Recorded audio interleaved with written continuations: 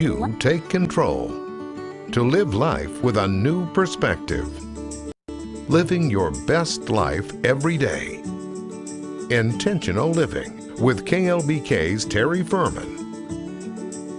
One thing that I try to remember in my relationship with my husband is that he is my favorite person, so I need to treat him like my favorite person. Because sometimes when I get home, I've been nice to everyone else all day, and I kind of just relax and be myself. And sometimes myself is not very nice. And so I think it's really important to treat your family like they are the most important people to you in the world, because they really are. And sometimes you relax around them in ways that maybe is not the nicest.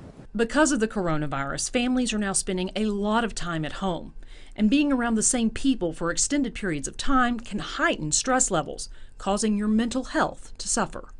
Well, I think it's really important to maintain your family relationships, but first you need to kind of maintain your own relationship with yourself, and you can't pour from an empty cup. So you need to make sure that spiritually you're where you need to be. If you need to pray and meditate, do online church services, there's so much available right now. So make sure you're where you need to be so that you can be a reasonable partner to your partner and kind of help curb that on-edge feeling that we all have.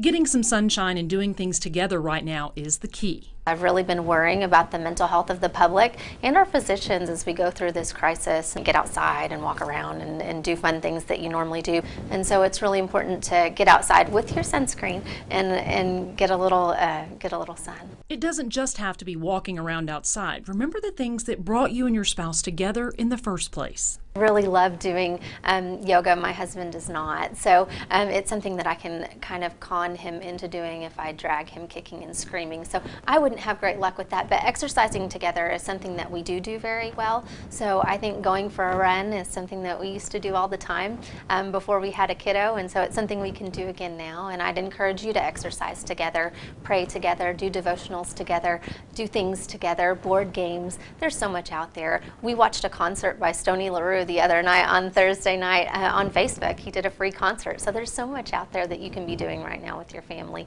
other than sniping at each other because you're stuck in the same house. Just remember to be kind and love one another. This too shall pass. That's this week's Intentional Living, brought to you by Urban Tea and KK's Corner Mall.